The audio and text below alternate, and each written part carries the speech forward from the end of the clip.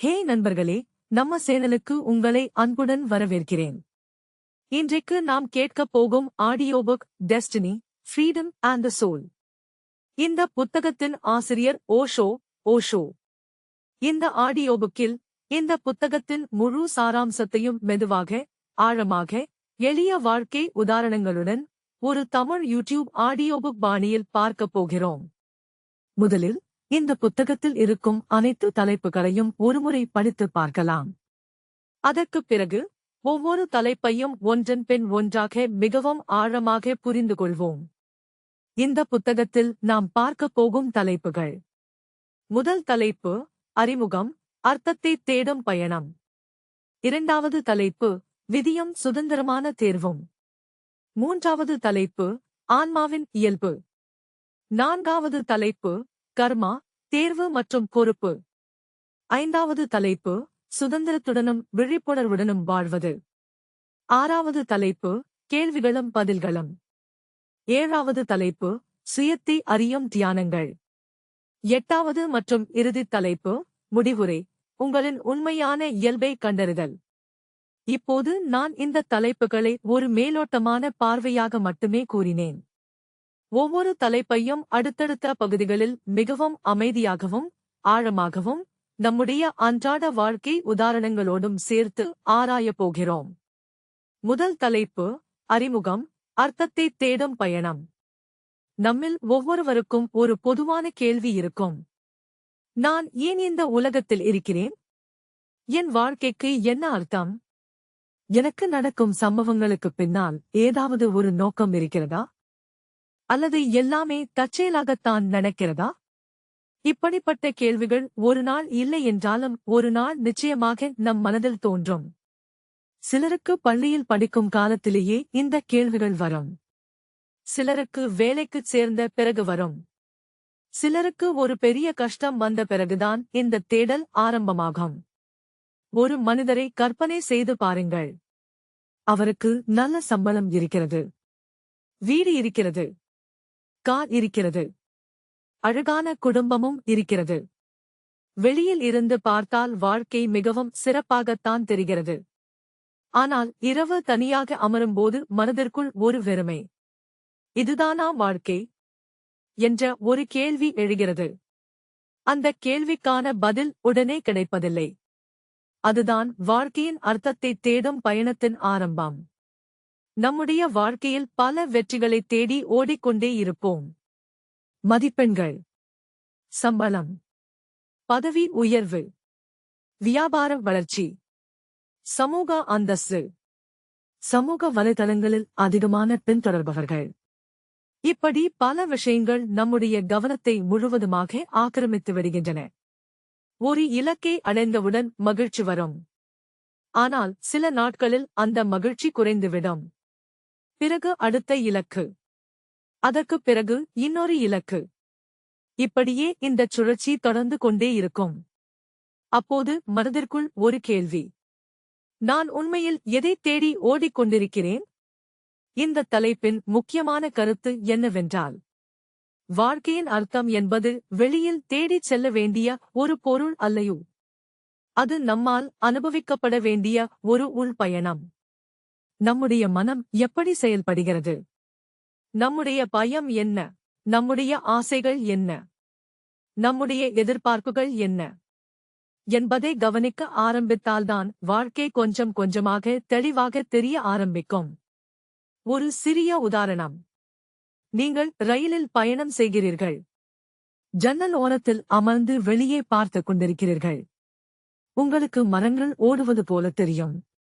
ஆனால் உண்மையில் மரங்கள் ஓடவில்லை. ரயில்தான் நகர்கிறது. அதாவது நம்முடைய பார்வைக் கோணம்தான் அந்த அனுபவத்தை உருவாக்குகிறது. அதேபோல வாழ்க்கையிலும் பல குழப்பங்கள் நம்முடைய பார்வைக் கோணத்தால்தான் உருவாகின்றன. பார்வை மாறினால் அனுபவமும் மாறும். இன்னொரு உதாரணம். ஒரு சிறிய குழந்தை முதல் முறையாக கடற்கரைக்குச் செல்கிறது.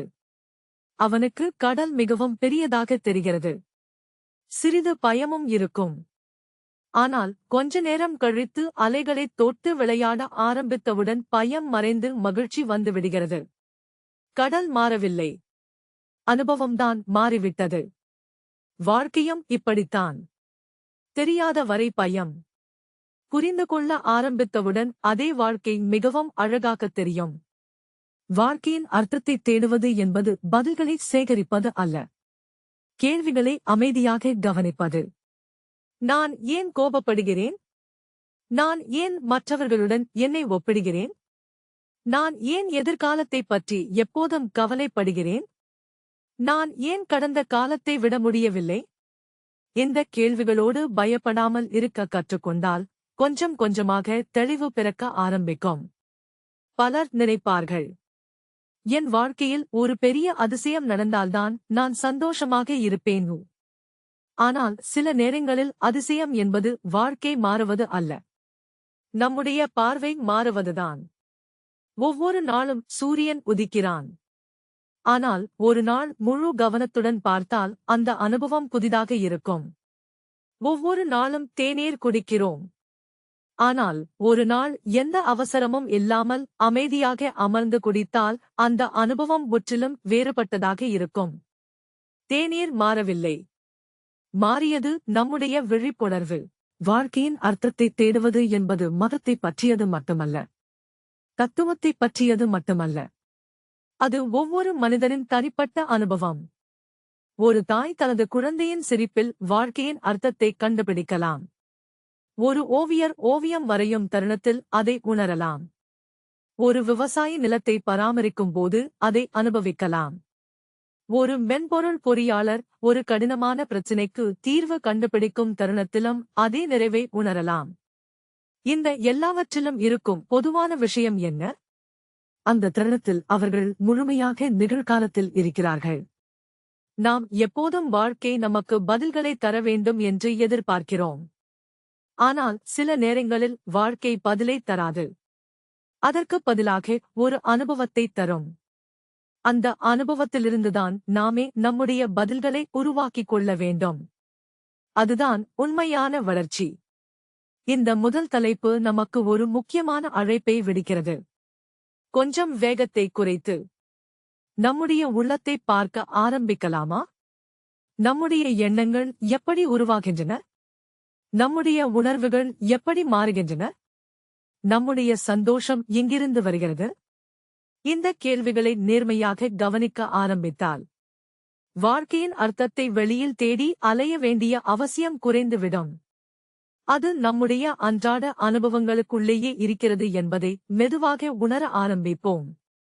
அதுதான் இந்த பயணத்தின் முதல் படி. தலைப்பு 2: விதியும் சுதந்திரமான தேர்வும். இந்த தலைப்பு மிகவும் சுவாரஸ்யமான ஒரு கேள்வியுடன் தொடங்குகிறது. நம்முடைய வாழ்க்கை ஏற்கனவே எழுதப்பட்டதா, அல்லது நாம் எடுக்கும் முடிவுகள்தான் நம்முடைய எதிர்காலத்தை உருவாக்குகிறதா? இந்த கேள்வியை மனிதர்கள் பல 100 ஆண்டுகளாக கேட்டுக்கொண்டே இருக்கிறார்கள். இதற்கு எளிமையாக ஆம் அல்லது இல்லை என்று பதில் சொல்ல முடியாது. ஆனால் இந்த தலைப்பு நம்முடைய சிந்தனை முறையையே மாற்றும் ஒரு புதிய பார்வையை அளிக்கிறது. நம்முடைய அன்றாட வாழ்க்கையை பார்ப்போம். ஒரு மாணவன் இருக்கிறான். பள்ளிப் படிப்பை முடித்த பிறகு அவன் பொறியியல் படிக்கப் போகிறானா? கலைப் படிப்பை தேர்வு செய்கிறானா? வியாபாரம் செய்கிறானா? அல்லது படைப்பாற்றல் நிறைந்த வேறு ஒரு துறைக்கு செல்கிறானா? இந்த முடிவு அவனுடைய கையில்தான் இருப்பது போல தெரிகிறது. ஆனால் அந்த முடிவை எடுக்கும் நேரத்தில் குடும்பத்தின் தாக்கம் இருக்கும், சமூகத்தின் தாக்கம் இருக்கும், நண்பர்களின் தாக்கம் இருக்கும், பொருளாதார சூழ்நிலையும் தாக்கத்தை ஏற்படுத்தும். அப்போது ஒரு கேள்வி எழுகிறது. நாம் எடுக்கும் தேர்வு உண்மையில் நம்முடைய தேர்வுதானா? அல்லது நம்மைச் சுற்றியுள்ள சூழ்நிலைகளால் உருவாக்கப்பட்ட தேர்வா? இதை புரிந்து கொள்ள ஒரு சிறிய உதாரணத்தை பார்ப்போம். நீங்கள் ஒரு சதுரங்க பலகையின் முன் அமர்ந்திருக்கிறீர்கள் என்று கற்பனை செய்யுங்கள். சதுரங்க பலகை ஏற்கனவே தயாராக இருக்கிறது. விளையாட்டின் விதிகள் ஏற்கனவே நிர்ணயிக்கப்பட்டுள்ளன. காய்கள் எல்லாம் தங்களுக்கான இடத்தில் இருக்கின்றன. ஆனால் விளையாட்டு எப்படி நகர வேண்டும் என்பதை முடிவு செய்வது வீரர்கள்தான். பலகையை நாம் தேர்வு செய்யவில்லை. விதிகளையும் நாம் உருவாக்கவில்லை. ஆனால் அந்த விதிகளை எப்படி பயன்படுத்துவது என்பது நம்முடைய கைகளில் இருக்கிறது. வாழ்க்கையும் இதைப் போலத்தான். நாம் எந்த குடும்பத்தில் பிறந்தோம், எந்த நாட்டில் பிறந்தோம், எந்த மொழியை பேசுகிறோம், எப்படிப்பட்ட உடல் நமக்கு கிடைத்துள்ளது, எப்படிப்பட்ட குழந்தை பருவ அனுபவங்களை பெற்றுள்ளோம், இவை எதையும் நாம் தேர்வு செய்யவில்லை. அவை ஏற்கனவே இருக்கும் உண்மைகள். ஆனால் அந்த உண்மைகளுக்கு நாம் எப்படி பதிலளிக்கிறோம் என்பதில்தான் நம்முடைய சுதந்திரம் மெதுவாக வெளிப்படுகிறது. பல நேரங்களில் வாழ்க்கையில் நடக்கும் எல்லாவற்றுக்கும் விதியேதான் காரணம் என்று சொல்லிவிடுகிறோம். தேர்வில் தோல்வி அடைந்தால் இது விதியுட். வியாபாரத்தில் நஷ்டம் ஏற்பட்டால் இது விதியுட். உறவு முறிந்துவிட்டால் இதுவும் விதிதான். இப்படிச் சொல்லும்போது மனதிற்கு கொஞ்சம் ஆறுதல் கிடைக்கிறது. ஏனென்றால் பொறுப்பு கொஞ்சம் குறைந்து விடுகிறது. நான் என்ன செய்ய முடியும்? இதெல்லாம் ஏற்கனவே முடிவு செய்யப்பட்ட விஷயம்தான் என்று மனம் சொல்ல ஆரம்பிக்கிறது. அதேபோல சிலர் இதற்கு நேர்மாறான நிலைக்குச் செல்வார்கள். எல்லாமே என் கட்டுப்பாட்டில் இருக்கிறது என்று நம்புவார்கள். ஆனால் உண்மையில் அதுவும் முழுமையாக சாத்தியமில்லை. யாராலும் மழையை கட்டுப்படுத்த முடியாது. போக்குவரத்து நெரிசலை கட்டுப்படுத்த முடியாது. மற்றவர்களின் எண்ணங்களை கட்டுப்படுத்த முடியாது. உடல் நலத்திலும் கூட எதிர்பாராத சூழ்நிலைகள் உருவாகலாம். அதனால் வாழ்க்கையில் முழுமையான கட்டுப்பாடும் இல்லை. இந்த தலைப்பு நமக்குச் சொல்ல முயற்சிக்கும் முக்கியமான கருத்து என்னவென்றால், நம்மால் கட்டுப்படுத்த முடியும் விஷயங்களில் முழு விழிப்புணர்வுடன் செயல்பட வேண்டும். நம்மால் கட்டுப்படுத்த முடியாத விஷயங்களில் தேவையில்லாமல் போராடக்கூடாது. ஒரு கற்பனை செய்து பாருங்கள். நீங்கள் ஒரு படகில் பயணம் செய்கிறீர்கள். காற்று எந்த திசையில் வீச வேண்டும் என்பதை உங்களால் முடிவு செய்ய முடியாது. ஆனால் படகின் பாயை, சேல் எப்படி அமைக்க வேண்டும் என்பதை நீங்கள் முடிவு செய்ய முடியும். அதுதான் சுதந்திரமான தேர்வு, ஃப்ரீ வில் சூஸ். காற்று என்பது விதியைப் போல இருக்கலாம். பாயை சரியாக அமைப்பது என்பது நம்முடைய விழிப்புணர்வைப் போல இருக்கும். வாழ்க்கையில் நடக்கும் ஒவ்வொரு சம்பவமும் நம்முடைய கட்டுப்பாட்டில் இருக்காது. ஆனால் அந்தச் சம்பவத்தை நாம் எந்த கண்ணோட்டத்தில் பார்க்கிறோம் என்பதுதான் மிகவும் முக்கியம். உதாரணமாக, ஒரு நிறுவனத்தில் வேலை இழந்துவிட்டதாக வைத்துக் கொள்ளுங்கள். ஒருவர், என் வாழ்க்கை முடிந்துவிட்டது என்று நினைப்பார். மற்றொருவர், இது ஒரு புதிய வாய்ப்பின் தொடக்கம் என்று நினைப்பார். சம்பவம் ஒன்றுதான். ஆனால் அதற்கான பதில் வேறுபடுகிறது. அதில்தான் சுதந்திரம் இருக்கிறது. நம்முடைய மனம் மிகவும் சுவாரஸ்யமானது. அது பழைய பழக்கங்களை மீண்டும் மீண்டும் தொடர விரும்பும். காலையில் எழுந்தவுடன் உடனே கைபேசியை எடுப்பது. யாராவது விமர்சித்தவுடன் கோபப்படுவது. பிரச்சனை வந்தவுடன் பயப்படுவது. இப்படிப்பட்ட தன்னிச்சையான எதிர்வினைகள்தான், ஆட்டோமேட்டிக் ரியாக்ஷன்ஸ், பல நேரங்களில் நம்முடைய வாழ்க்கையை இயக்குகின்றன. அவற்றை நாம் கவனிக்க ஆரம்பித்தால்தான் புதிய தேர்வுகள் உருவாக ஆரம்பிக்கும். ஒருவர் உங்கள் மீது கோபமாக பேசுகிறார் என்று வைத்துக் கொள்ளுங்கள். சாதாரணமாக நீங்களும் திரும்ப கோபமாக பேசுவீர்கள். அது ஒரு பழக்கம். ஆனால் அந்த ஒரு நொடியில் அமைதியாக இருந்து, நான் இப்போது கோபமாக எதிர்வினையாற்றப் போகிறேனா அல்லது அமைதியாக பதிலளிக்கப் போகிறேனா என்று சிந்தித்தால், அந்த ஒரு நொடியின் இடைவெளியில்தான் உண்மையான சுதந்திரம் இருக்கிறது. சுதந்திரம் என்பது பெரிய முடிவுகளில் மட்டும் இருப்பதில்லை. அது அன்றாட வாழ்க்கையின் சிறிய சிறிய தருணங்களில் இருக்கும் விழிப்புணர்வான தேர்வுகளில்தான் இருக்கிறது. இன்று காலையில் புன்னகைக்க முடியுமா? ஒருவருக்கு மனதார நன்றி சொல்ல முடியுமா? உடனடியாக மற்றவர்களை தீர்ப்பளிக்காமல் முதலில் அவர்களை புரிந்து கொள்ள முயற்சி செய்ய முடியுமா? தோல்வி வந்தாலும் மீண்டும் எழுந்து நிற்க முடியுமா? இந்தச் சிறிய தேர்வுகள்தான் நம்முடைய குணத்தையும் வாழ்க்கையையும் வடிவமைக்கின்றன. இன்னொரு உதாரணத்தைப் பார்ப்போம். ஒரு தோட்டக்காரர் இருக்கிறார். அவருக்கு கிடைக்கும் மண் ஏற்கனவே இருக்கிறது. காலநிலையும் ஏற்கனவே இருக்கிறது. மழை எப்போது பெய்யும் என்பதை அவரால் முடிவு செய்ய முடியாது. ஆனால் எந்த விதையை விதைக்க வேண்டும், எப்போது தண்ணீர் ஊற்ற வேண்டும், களைகளை எப்போது அகற்ற வேண்டும் என்பதை அவர் முடிவு செய்ய முடியும். சில மாதங்களுக்குப் பிறகு அந்த தோட்டத்தை பார்த்தால் அதில் இயற்கையின் பங்களிப்பும் இருக்கும். அதே நேரத்தில் தோட்டக்காரரின் பங்களிப்பும் இருக்கும். வாழ்க்கையும் அப்படித்தான். சில நேரங்களில் நம்முடைய கடந்த கால தவறுகளைப் பார்த்து என் விதி இப்படித்தான் என்று முடிவு செய்து விடுகிறோம்.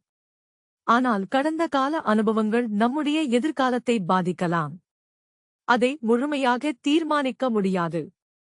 இன்று நாம் எடுக்கும் விழிப்புணர்வான முடிவு நாளைக்கு ஒரு புதிய திசையை உருவாக்க முடியும். இந்த தலைப்பில் இன்னொரு அழகான கருத்து இருக்கிறது. சுதந்திரம் என்பது யாரையாவது வெல்வது அல்ல. நம்முடைய அறியாமையான பழக்கங்களை தாண்டி முன்னேறுவதுதான் உண்மையான சுதந்திரம். அதுதான் உண்மையான வெற்றி.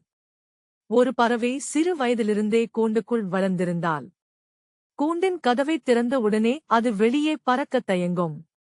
ஏனென்றால் அந்த கூண்டுதான் அதற்கு பழக்கமான உலகம். அதேபோல் நாமும் பழைய நம்பிக்கைகள், பழைய பயங்கள், பழைய பழக்கங்கள் இவற்றுக்குள்ளேயே பாதுகாப்பாக இருப்பதாக உணர்கிறோம். விழிப்புணர்வு வந்த பிறகுதான் அந்த கூண்டின் கதவு திறக்கிறது. ஆனால் வெளியே நடந்து செல்வதா இல்லையா என்பது நம்முடைய தேர்வு.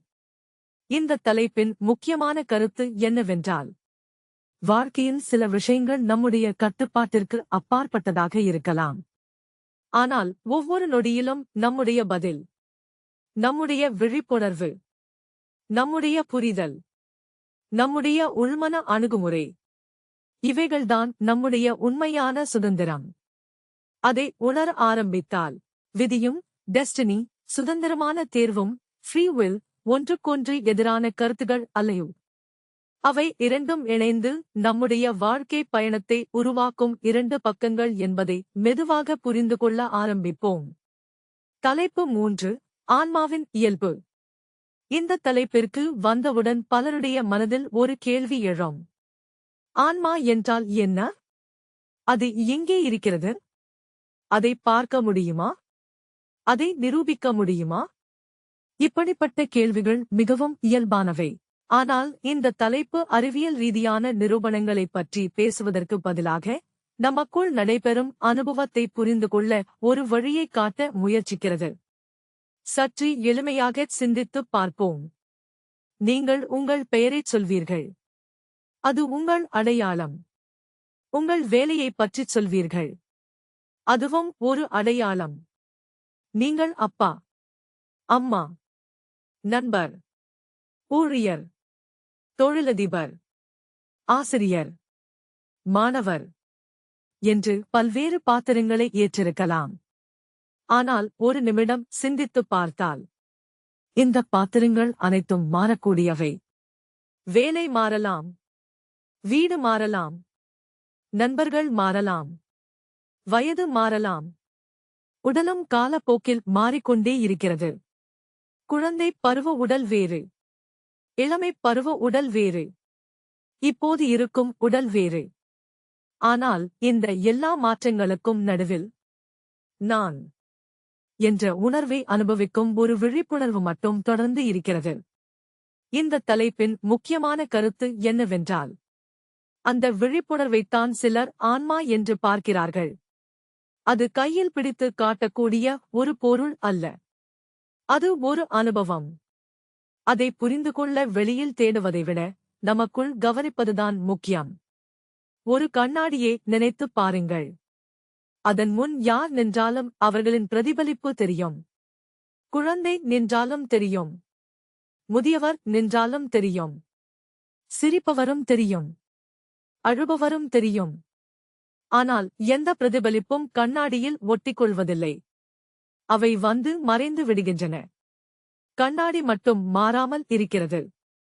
அதேபோல் நம்முடைய எண்ணங்களும் உணர்வுகளும் கண்ணாடியில் தோன்றும் பிரதிபலிப்புகளைப் போன்றவை. விழிப்புணர்வு அந்த கண்ணாடியை போன்றது. நம்முடைய அன்றாட வாழ்க்கையில் என்ன நடக்கிறது? காலையில் மகிழ்ச்சியாக இருப்போம். மதியம் மன அழுத்தம் வரும். மாலையில் சோர்வாக இருக்கும். இரவில் அமைதியாக இருக்கும். உணர்வுகள் எல்லாம் மாறிக்கொண்டே இருக்கின்றன. எண்ணங்களும் ஒவ்வொரு நொடியும் மாறுகின்றன.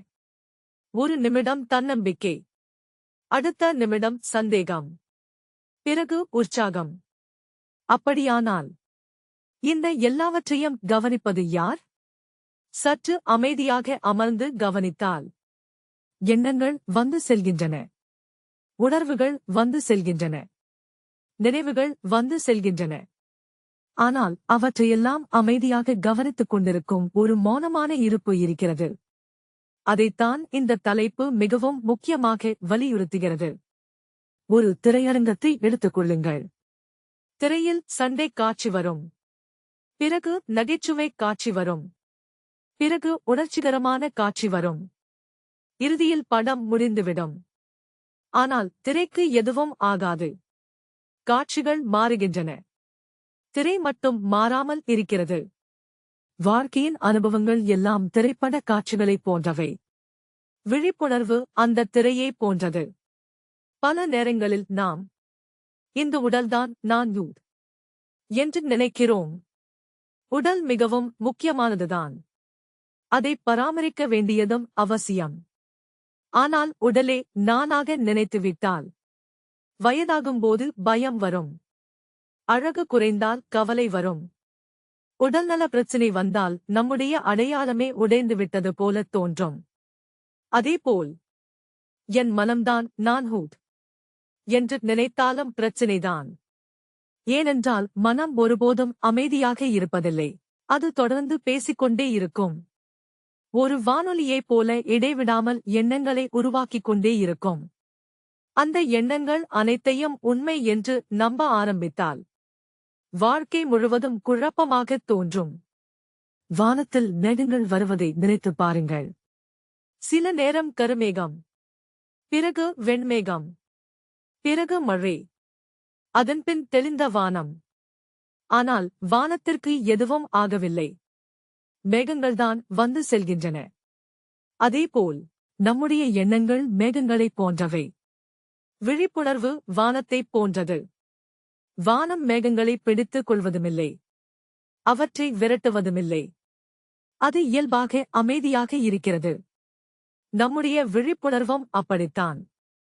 ஒரு சிறிய குழந்தையை கவனியுங்கள். அது சிரிக்கும், சிறிது நேரத்தில் அழும், அடுத்த நிமிடமே மீண்டும் சிரிக்க ஆரம்பித்துவிடும். அது தனது உணர்வுகளைப் பற்றிக் கொண்டு வாழ்வதில்லை.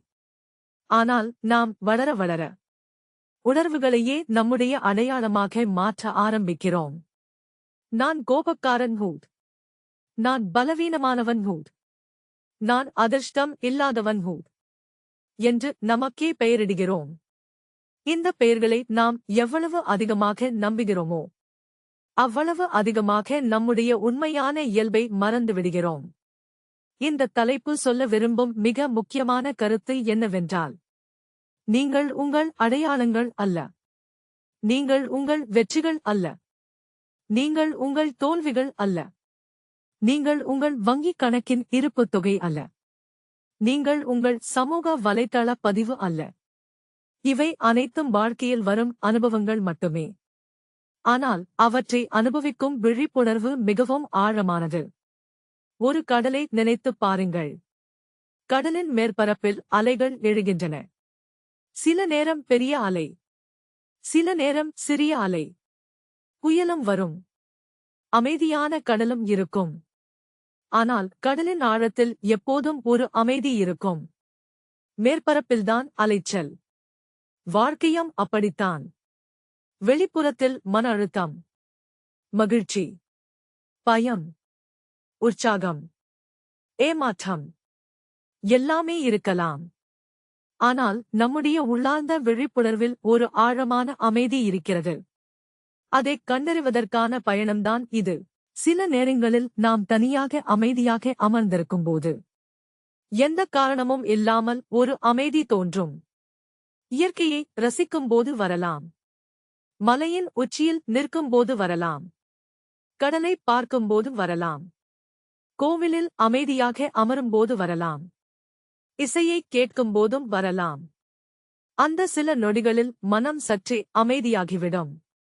அப்போது ஒரு இலேசான உணர்வு தோன்றும். அந்த அனுபவம்தான் நம்முடைய உண்மையான இயல்பை பற்றிய ஒரு சிறிய ஒளிக்கீற்றைக் காட்டுகிறது. இந்த தலைப்பு எந்த ஒரு நம்பிக்கையையும் கட்டாயப்படுத்தவில்லை. அது ஒரு அழைப்பை மட்டும் விடுக்கிறது. உங்களை நீங்களே கவனியுங்கள். எண்ணங்கள் வரும்போது கவனியுங்கள். கோபம் வரும்போது கவனியுங்கள். மகிழ்ச்சி வரும்போது கவனியுங்கள். எதையும் மறுக்க வேண்டாம். எதையும் வலுக்கட்டாயப்படுத்த வேண்டாம். அமைதியாக கவனியுங்கள். மெதுவாக. எண்ணங்கள் நீங்கள் அல்ல. உணர்வுகள் நீங்கள் அல்ல. பாத்திரங்கள் நீங்கள் அல்ல என்பதைப் பற்றிய ஒரு புதிய புரிதல் உங்களுக்குள் மலர ஆரம்பிக்கும். ஒரு நடிகர் மேடையில் பல்வேறு கதாபாத்திரங்களில் நடிப்பார். ஒரு நாடகத்தில் அரசராக இருப்பார். மற்றொரு நாடகத்தில் ஏழை மனிதராக இருப்பார். வேறொரு நாடகத்தில் வில்லனாக இருப்பார். கதாபாத்திரம் மாறும். உடை மாறும். வசனங்கள் மாறும். ஆனால் நடிகர் மட்டும் மாறுவதில்லை. அதேபோல் வாழ்க்கையிலும் நாம் பல்வேறு பாத்திரங்களை ஏற்றிருக்கிறோம். மகன், மகள், கணவன், மனைவி, ஊழியர், மேலாளர், நண்பர், பெற்றோர். இந்த பாத்திரங்கள் அனைத்தும் முக்கியமானவை. ஆனால் இந்த பாத்திரங்களுக்கு பின்னால் அமைதியாக இருக்கும் அந்த விழிப்புணர்வைத்தான் இந்த தலைப்பு ஆராயச் சொல்கிறது. இந்த தலைப்பின் முக்கியமான கருத்து என்னவென்றால், ஆன்மா என்பது வெளியே தேடிக் கண்டுபிடிக்க வேண்டிய ஒரு பொருள் அல்லையோ. அது நமக்குள் இருக்கும் விழிப்புணர்வான இருப்பை உணர ஆரம்பிக்கும் ஒரு அனுபவம். அந்த விழிப்புணர்வை மெதுவாக அனுபவிக்க ஆரம்பித்தால், வாழ்க்கையில் எத்தனை மாற்றங்கள் வந்தாலும் உள்ளுக்குள் ஒரு நிலைத்தன்மை, ஒரு அமைதி, ஒரு தெளிவு இயல்பாக வளர ஆரம்பிக்கும். தலைப்பு 4: கர்மா, தேர்வு மற்றும் பொறுப்பு. இந்த தலைப்பு கர்மாவை பற்றிய ஒரு முக்கியமான தவறான புரிதலை தெளிவுபடுத்த முயற்சிக்கிறது. கர்மா என்று சொன்னவுடன் பலருக்கு ஒரு பயம் தோன்றும். நான் ஏதோ தவறு செய்திருக்க வேண்டும், அதனால்தான் இப்போது கஷ்டப்படுகிறேன். அல்லது இதெல்லாம் என் கர்மா என்று சொல்லி வாழ்க்கையில் நடக்கும் அனைத்தையும் ஏற்றுக்கொள்வார்கள். ஆனால் இந்த தலைப்பின் சாராம்சம் அதுவல்ல. கர்மா என்பது தண்டனை வழங்கும் ஒரு முறை அல்லையோ. நம்முடைய செயல்கள், எண்ணங்கள், பழக்கங்கள், தேர்வுகள் இவை அனைத்தும் சேர்ந்து உருவாக்கும் இயற்கையான ஒரு செயல்முறையாகத்தான் இதை புரிந்து கொள்ள வேண்டும். ஒரு எளிய உதாரணத்தை பார்ப்போம். நீங்கள் ஒரு மரத்தை நடுகிறீர்கள். மாம்பழ விதையை விதைத்தால் மாமரம்தான் வளரும். வேப்பம் விதையை விதைத்தால் வேப்பமரம்தான் வளரும். அதேபோல் நம்முடைய அன்றாட வாழ்க்கையில் நாம் விதைக்கும் எண்ணங்கள், பேசும் வார்த்தைகள், செயல்கள் இவை அனைத்தும் மெதுவாக நம்முடைய எதிர்கால அனுபவங்களை உருவாக்குகின்றன. இது எந்த மந்திரமும் அல்ல.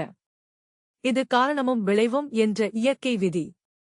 ஒரு மனிதர் தினமும் தனது உடல்நலத்தை பற்றி கவலைப்படாமல் ஜங்க் உணவுகளையே சாப்பிடுகிறார். உடற்பயிற்சி செய்வதில்லை. இரவு மிகவும் தாமதமாக தூங்குகிறார். சில வருடங்களுக்குப் பிறகு உடல்நல பிரச்சினைகள் வந்தால் அதை ஒரு தண்டனை என்று சொல்ல முடியுமா? அல்லது அவருடைய தினசரி பழக்கங்களின் விளைவு என்று சொல்ல முடியுமா? அதேபோல நம்முடைய உணர்ச்சி வாழ்க்கையும். ஒருவர் எப்போதும் கோபமாகவே பேசுகிறார். மற்றவர்களின் உணர்வுகளுக்கு மதிப்பு கொடுப்பதில்லை. அனைவரையும் காயப்படுத்துகிறார். சில வருடங்களுக்குப் பிறகு அவர் தனிமையில் வாழ்கிறார். நண்பர்கள் இல்லை. உறவுகள் பலவீனமாகிவிட்டன. அது யாராவது கொடுத்த தண்டனை அல்ல. அவருடைய தினசரி தேர்வுகளின் விளைவு. இதைத்தான் இந்த தலைப்பு நமக்கு புரிய வைக்கிறது. கர்மா என்பது எதிர்காலத்தில் யாரோ ஒரு கணக்கு புத்தகம் வைத்து மதிப்பெண் போடும் முறை அல்லையோ. அது நாம் ஒவ்வொரு நொடியும் உருவாக்கிக் கொண்டிருக்கும் வாழ்க்கையின் திசை. இங்கே ஒரு முக்கியமான விஷயம் இருக்கிறது.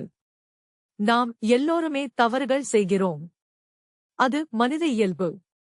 ஆனால் தவறு செய்வதை விட அந்த தவறிலிருந்து கற்றுக்கொள்வதுதான் முக்கியம்.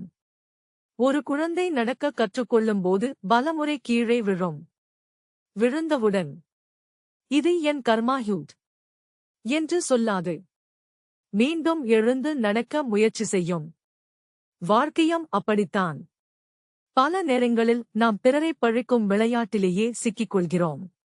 அவரால்தான் என் வாழ்க்கை இப்படியாகிவிட்டதையோ, எனக்கு குடும்பத்தின் ஆதரவு கிடைக்கவில்லையோ, சமூகம் எனக்கு வாய்ப்பு கொடுக்கவில்லையோ, எனக்கு அதிர்ஷ்டமே இல்லையோ. இவற்றில் ஓரளவு உண்மை இருக்கலாம்.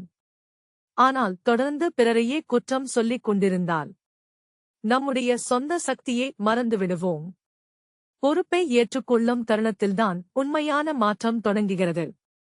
பொறுப்பு என்பது குற்ற உணர்வு அல்ல. இரண்டுக்கும் மிகப்பெரிய வித்தியாசம் இருக்கிறது.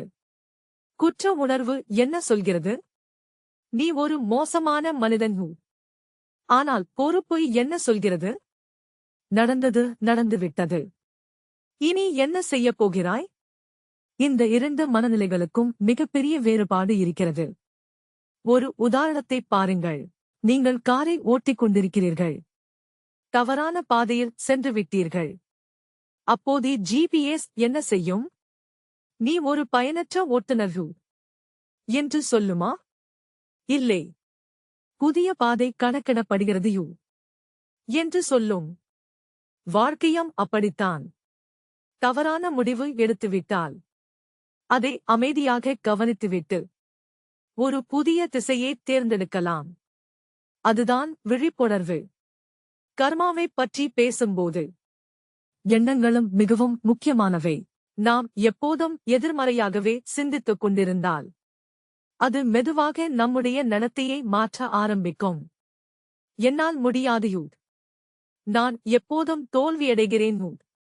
யாரும் என்னை புரிந்து கொள்ள மாட்டார்கள். இப்படிப்பட்ட எண்ணங்கள் தினமும் மீண்டும் மீண்டும் வந்து கொண்டிருந்தால் அவை நம்முடைய வாழ்க்கையை மெதுவாக வடிவமைக்க ஆரம்பிக்கும். அதே நேரத்தில் நேர்மறையாக நினைப்பது மட்டும் போதாது. நான் வெற்றி பெறுவேன் என்று சொல்லிக் கொண்டே இருந்தால் மட்டும் வெற்றி கிடைத்துவிடாது. எண்ணங்களோடு சேர்ந்து விழிப்புணர்வான செயல்களும் தேவை. தொடர்ச்சியான முயற்சியும் தேவை. ஒரு விவசாயியை நினைத்துப் பாருங்கள். அவர் விதையை விதைக்கிறார். அதன் பிறகு தினமும் தண்ணீர் ஊற்றுகிறார். களைகளை அகற்றுகிறார். பொறுமையாக காத்திருக்கிறார். ஒரே நாளில் விதை போட்டுவிட்டு மறுநாளே பழம் கிடைக்கும் என்று எதிர்பார்ப்பதில்லை. அதேபோல நல்ல பழக்கங்களை உருவாக்குவதற்கும் காலம் தேவை. உடனடி பலனை எதிர்பார்க்கக் கூடாது. இந்த தலைப்பில் தேர்வு மிகவும் முக்கியமானது. ஒவ்வொரு நாளும் நம்முன் பல தேர்வுகள் வருகின்றன. காலையில் சீக்கிரம் எழுந்திருக்கலாமா? அல்லது அலாரத்தை மீண்டும் நிறுத்திவிட்டு தூங்கலாமா? ஒருவரிடம் அன்பாக பேசலாமா? அல்லது கோபமாக பேசலாமா? நேரத்தை வீணாக்கலாமா? அல்லது புதிதாக ஏதாவது கற்றுக்கொள்ளலாமா? இந்த சிறிய தேர்வுகள்தான் நம்முடைய வாழ்க்கையின் பெரிய திசையை உருவாக்குகின்றன. பலர் வாழ்க்கையை மாற்றுவது பெரிய முடிவுகள்தான் என்று நினைக்கிறார்கள். ஆனால் உண்மையில் தினமும் மீண்டும் மீண்டும் எடுக்கும் சிறிய முடிவுகள்தான் நம்முடைய குணத்தையும் எதிர்காலத்தையும் உருவாக்குகின்றன. சிறு சிறு தண்ணீர் துளிகள் சேர்ந்து கடல் உருவாகுவது போல. இன்னொரு அழகான உதாரணம். ஒரு குயவன் களிமண்ணை எடுத்து பானை செய்கிறார். மண் ஏற்கனவே இருக்கிறது. ஆனால் அவருடைய கைகளில்தான் அதன் வடிவம் மாறுகிறது. அதேபோல் நம்முடைய கடந்த கால அனுபவங்கள் களிமண்ணைப் போல இருக்கலாம். ஆனால் இன்று நாம் எடுக்கும் விழிப்புணர்வான தேர்வுகள்தான் அதன் வடிவத்தை மாற்றுகின்றன. சிலர் கேட்பார்கள், கடந்த கால கர்மா இருந்தால் இன்றைய தேர்வுகளுக்கு என்ன மதிப்பு? இந்த தலைப்பின் பதில் மிகவும் அழகானது. கடந்த காலம் நம்மை பாதிக்கலாம். ஆனால் இப்போதைய விழிப்புணர்வு எப்போதும் புதிய வாய்ப்பை திறக்கும். நேற்று தவறு செய்திருந்தாலும் இன்று மனப்பூர்வமாக மாற முடியும். அதுதான் மனித வாழ்க்கையின் அழகு. ஒரே பிரச்சனை 2 பேருக்கு வருகிறது என்று வைத்துக் கொள்ளுங்கள். ஒருவர் அந்த கஷ்டத்திலிருந்து கோபத்தையும் வெறுப்பையும் பழி சுமத்தும் மனநிலையையும் வளர்த்துக் கொள்கிறார். மற்றொருவர் அதே அனுபவத்திலிருந்து கருணையையும் முதிர்ச்சியையும் பொறுமையையும் கற்றுக்கொள்கிறார். சம்பவம் ஒன்றுதான், விளைவு வேறு. வேறுபாடு எங்கே? விழிப்புணர்வில், தேர்வில். பொறுப்பை ஏற்றுக்கொள்வது என்பது உலகத்தின் எல்லா சுமைகளையும் சுமந்து நடப்பது அல்ல. அதன் எளிய அர்த்தம், என்னுடைய பதில்களுக்கு நான்தான் பொறுப்பு என்பதை உணர்வதுதான். மற்றவர்கள் என்ன செய்கிறார்கள் என்பதை நம்மால் கட்டுப்படுத்த முடியாது. ஆனால் நான் எப்படி பதிலளிக்கிறேன் என்பதை கவனிக்க முடியும். வாழ்க்கையில் ஒவ்வொரு நொடியும் ஒரு புதிய தொடக்கம் இருக்கிறது. நாம் பழைய பழக்கங்களை மீண்டும் தொடரலாம்.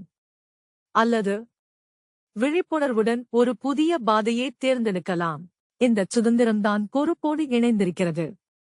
இந்த தலைப்பின் முக்கியமான கருத்து என்னவென்றால், கர்மா என்பது பயப்பட வேண்டிய ஒரு கருத்து அல்லையோ. அது நம்முடைய வாழ்க்கை எப்படி உருவாகிறது என்பதை புரிந்து கொள்ள உதவும் ஒரு கண்ணாடி.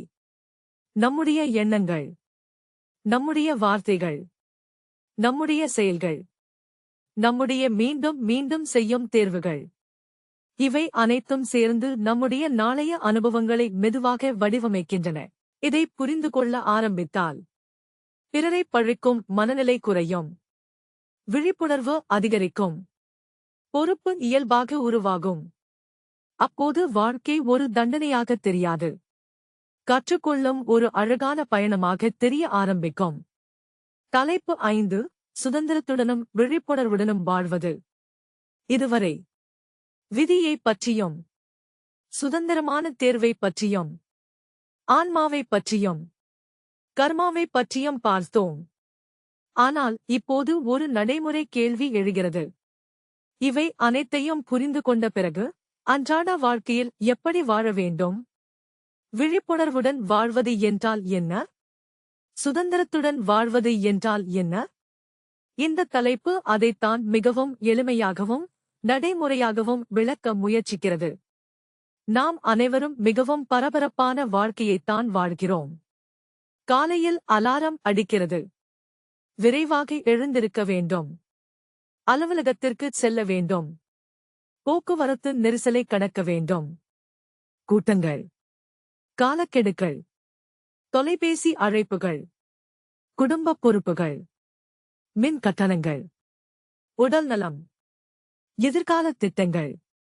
இப்படியாக வாழ்க்கை முழுவதும் வேகமாக ஓடிக்கொண்டே இருக்கிறது.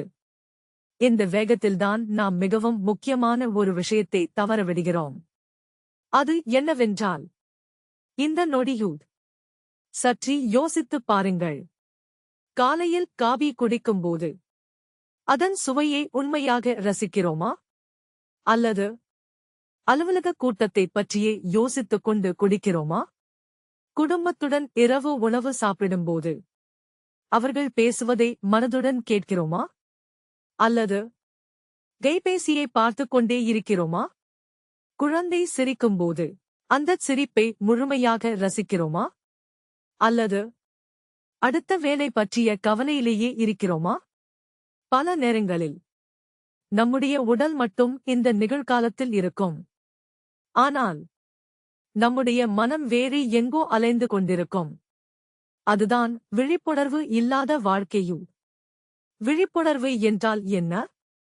விழிப்புணர்வு என்பது ஒவ்வொரு நொடியையும் முழு கவனத்துடன் அனுபவிப்பது. அது மிகவும் கடினமான ஒரு தத்துவம் அல்ல. மிகவும் இயல்பான ஒரு வாழ்க்கை முறை. ஒரு கற்பனை செய்து பாருங்கள். மழை பெய்யும்போது நீங்கள் வீட்டின் பால்கனியில் நிற்கிறீர்கள். பொதுவாக என்ன செய்வோம்? உடனே வீட்டிற்குள் சென்று விடுவோம். ஆனால் ஒரு நாள் சிறிது நேரம் அமைதியாக நின்று மழையின் சத்தத்தை கேளுங்கள். மண்ணின் மணத்தை உணருங்கள். குளிர்ந்த காற்றை ரசிக்குங்கள். அந்த சில நிமிடங்களிலேயே மனம் மிகவும் இலேசாக இருப்பதை உணர்வீர்கள். ஏனென்றால் அந்த கணத்தில் மனம் நிகழ்காலத்திற்கு வந்துவிட்டது. பலருக்கு சுதந்திரம் என்றால் என்ன அர்த்தம்? எனக்கு யாரும் விதிமுறைகள் சொல்லக்கூடாது, என் விருப்பப்படி மட்டுமே வாழ வேண்டும் என்பதுதான். ஆனால் இந்த தலைப்பு சொல்லும் சுதந்திரம் அது அல்ல. உண்மையான சுதந்திரம் என்பது நம்முடைய அறியாமையான பழக்கங்களிலிருந்து விடுபடுவதையும். ஒருவர் உங்கள் மீது சற்று கடுமையாக பேசிவிட்டார் என்று வைத்துக் கொள்ளுங்கள். உடனே கோபம் வருகிறது. அது ஒரு தன்னிச்சையான எதிர்வினை. ஆனால் விழிப்புணர்வு இருந்தால் கோபம் வருவதையே நீங்கள் கவனிப்பீர்கள். உடனே பதிலளிக்காமல் சிறிது நேரம் அமைதியாக இருப்பீர்கள். அந்தச் சிறிய இடைவெளிதான் சுதந்திரம். அந்த இடைவெளி மிகவும் சக்தி வாய்ந்தது. அது ஒரு நொடி மட்டுமே இருக்கலாம். ஆனால் அந்த ஒரு நொடியிலேயே வாழ்க்கையின் திசையே மாறக்கூடும். ஒரு கணவர் அலுவலகத்திலிருந்து மிகவும் சோர்வாக வீட்டிற்கு வருகிறார். வேலைப்பளு அதிகம். மன அழுத்தமும் அதிகம். அந்த நேரத்தில் குழந்தை ஓடி வந்து விளையாடலாம் வாங்க என்று அழைக்கிறது. சாதாரணமாக இருந்தால், ஓ, இப்போது என்னை தொந்தரவு செய்யாதே யூத் என்று கோபமாக கூறிவிடலாம்.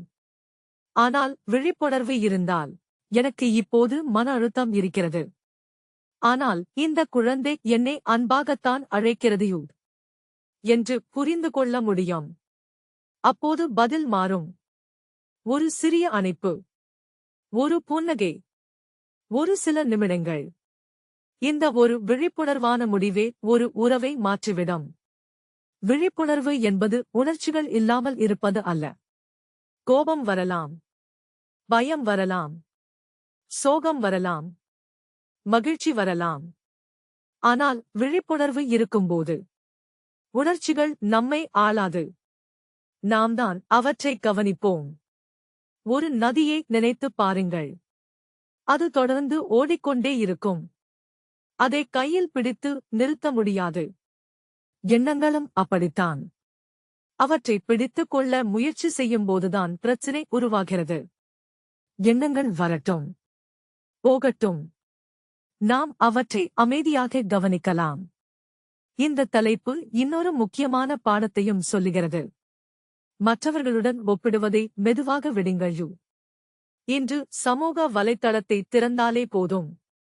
யாரோ வெளிநாட்டுச் சுற்றுலா சென்றிருக்கிறார்கள். யாரோ புதிய கார் வாங்கியிருக்கிறார்கள். யாரோ பதவி உயர்வு பெற்றிருக்கிறார்கள். யாரோ திருமண புகைப்படங்களை பகிர்ந்திருக்கிறார்கள். உடனே நம்முடைய மனம் ஒப்பிட ஆரம்பித்துவிடும். அவருடைய வாழ்க்கை எவ்வளவு அழகாக இருக்கிறது. என்னுடைய வாழ்க்கை மட்டும்தான் இப்படியா என்று நினைக்க ஆரம்பித்துவிடும். ஆனால் ஒப்பிட ஆரம்பித்தவுடன் நம்முடைய வாழ்க்கையை அனுபவிப்பதையே மறந்துவிடுகிறோம். ஒரு மலர் தோட்டத்தை நினைத்துப் பாருங்கள். ரோஜா தனது அழகில் மலர்கிறது. மல்லிகை தனது மணத்தில் மலர்கிறது. தாமரை தனது தனித்துவத்தில் மலர்கிறது. ரோஜா, எனக்கு ஏன் மல்லிகையைப் போல மனம் இல்லை என்று கவலைப்படுவதில்லை. மல்லிகை, நான் ஏன் தாமரையைப் போல பெரியதாக இல்லை என்று வருந்துவதில்லை. ஒவ்வொரு மலரும் தனது இயல்பில் முழுமையாக மலர்கிறது. மனிதன் மட்டும்தான் மற்றவர்களுடன் ஒப்பிட்டு பார்த்து தன்னுடைய மகிழ்ச்சியை இழந்து விடுகிறான். சுதந்திரம் என்பது மற்றவர்களைப் போல மாறுவது அல்லையோ, நம்முடைய உண்மையான இயல்பை கண்டுபிடிப்பதுதான். இன்னொரு நடைமுறை உதாரணத்தை பார்ப்போம். நீங்கள் போக்குவரத்து நெரிசலில் சிக்கிக் கொண்டிருக்கிறீர்கள். இப்போது 2 தேர்வுகள் இருக்கின்றன. முதல் தேர்வு, தொடர்ந்து ஹாரன் அடித்துக்கொண்டு கோபப்படலாம். இரத்த அழுத்தத்தை அதிகப்படுத்திக் கொள்ளலாம். இரண்டாவது தேர்வு, இந்த போக்குவரத்து இப்போது என் கட்டுப்பாட்டில் இல்லை. இந்த சில நிமிடங்களை அமைதியாக கழிப்போம் என்று ஏற்றுக்கொள்ளலாம். அப்படி ஏற்றுக்கொண்டால் போக்குவரத்து உடனே சரியாகிவிடுமா? இல்லை. ஆனால் உங்களுடைய உள்நிலை மாறிவிடும். விழிப்புணர்வு ஏற்றுக்கொள்ளும் மனநிலையை உருவாக்குகிறது. ஏற்றுக்கொள்வது என்பது சரணடைவது அல்ல. அது முதலில் உண்மையை உண்மையாக பார்ப்பது. உண்மையை பார்த்த பிறகுதான் சரியான செயலை தேர்ந்தெடுக்க முடியும்.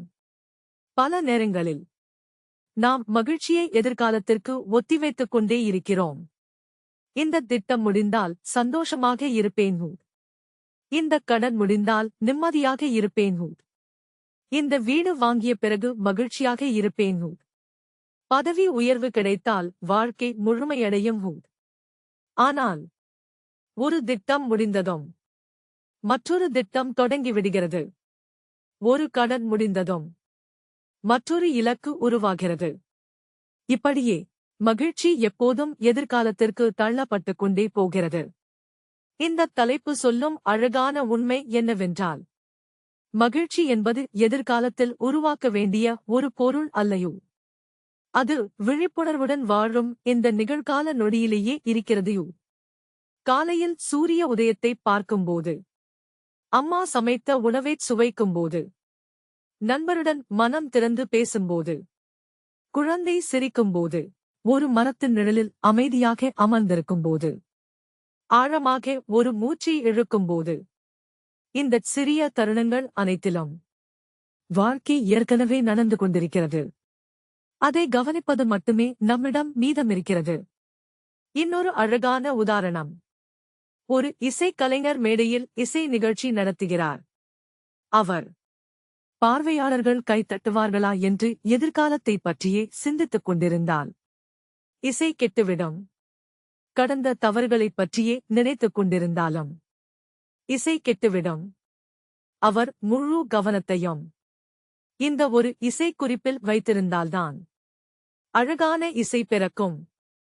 வாழ்க்கையும் அப்படித்தான். இந்த நொடியில் முழுமையாக இருந்தால்தான் வாழ்க்கையின் இசையை முழுமையாக கேட்க முடியும். இந்த தலைப்பின் முக்கியமான கருத்து என்னவென்றால், சுதந்திரம் என்பது வெளிப்புற சூழ்நிலைகளை மாற்றுவது அல்லையோ, நமக்குள் இருக்கும் அறியாமையான எதிர்வினைகளிலிருந்து விடுபடுவதுதான் உண்மையான சுதந்திரம். விழிப்புணர்வு என்பது ஒவ்வொரு நொடியையும் எந்த தீர்ப்பும் இன்றி முழு கவனத்துடன் அனுபவிப்பதையோ. இப்படி மெதுவாக வாழ ஆரம்பித்தால் சாதாரணமான வாழ்க்கை கூட அசாதாரணமான அனுபவமாக மாறும். அதே அலுவலகம், அதே வீடு, அதே குடும்பம், அதே பொறுப்புகள் எல்லாம் அப்படியே இருந்தாலும் நம்முடைய பார்வை மாறும்போது வாழ்க்கையே புதிதாக மலர ஆரம்பிக்கும். தலைப்பு 6: கேள்விகளும் பதில்களும். இந்த தலைப்பு சற்று வித்தியாசமானது. இது ஒரு சொற்பொழிவு போல இல்லை. ஒரு மனம் திறந்த உரையாடலைப் போன்றது. ஒரு மாணவர் கேள்வி கேட்பது போல.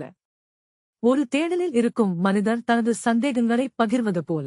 அதற்கு அமைதியாகவும் சிந்திக்க வைக்கும் விதமாகவும் பதில்கள் வரும் ஒரு சூழலை இது உருவாக்குகிறது. இந்த பகுதியின் முக்கியமான கருத்து என்னவென்றால், வாழ்க்கையில் எழும் எந்தக் கேள்வியும் தவறானது அல்லையோ, கேள்வி கேட்பதுதான் உண்மையான புரிதலின் ஆரம்பம்.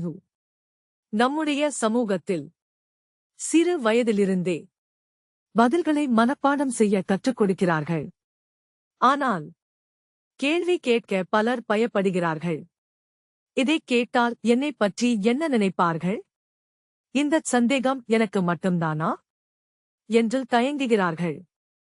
ஆனால் உண்மையில் நேர்மையாக கேள்வி கேட்கும் மனம்தான் வளர ஆரம்பிக்கிறது. ஒரு சிறிய குழந்தையை நினைத்துப் பாருங்கள். அதற்கு எல்லாமே புதிது. இது என்ன? அது ஏன்? மழை ஏன் பெய்கிறது? பறவை எப்படி பறக்கிறது?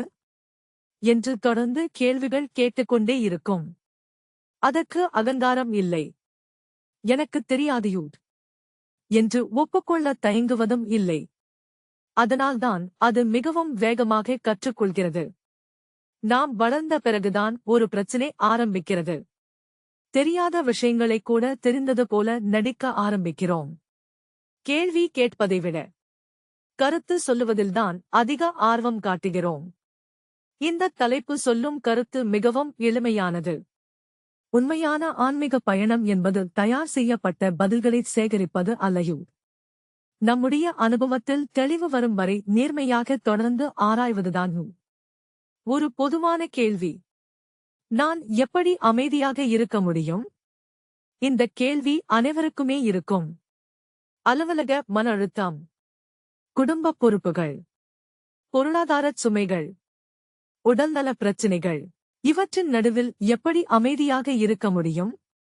இந்த தலைப்பு சொல்லும் பார்வை என்னவென்றால், அமைதி என்பது புதிதாக உருவாக்க வேண்டிய ஒரு உணர்வு அல்லையோ. மனம் தொடர்ந்து உருவாக்கும் சத்தத்தை கவனிக்க ஆரம்பித்தால் அமைதிக்கு இயல்பாகவே இடம் கிடைக்கும். ஒரு அறையை நினைத்துப் பாருங்கள். அந்த அறை தேவையில்லாத பொருட்களால் நிரம்பியிருந்தால் அதற்குள் நடப்பதற்கே சிரமமாக இருக்கும்.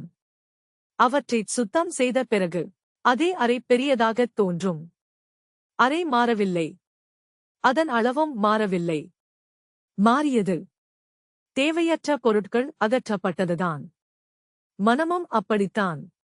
தொடர்ச்சியான பயம், ஒப்பீடு, அதிகப்படியான சிந்தனை, தேவையில்லாத கவலைகள், இவை அனைத்தும் மனதின் குப்பைகள். விழிப்புணர்வு வந்தால் அவை மெதுவாக விலக ஆரம்பிக்கும்.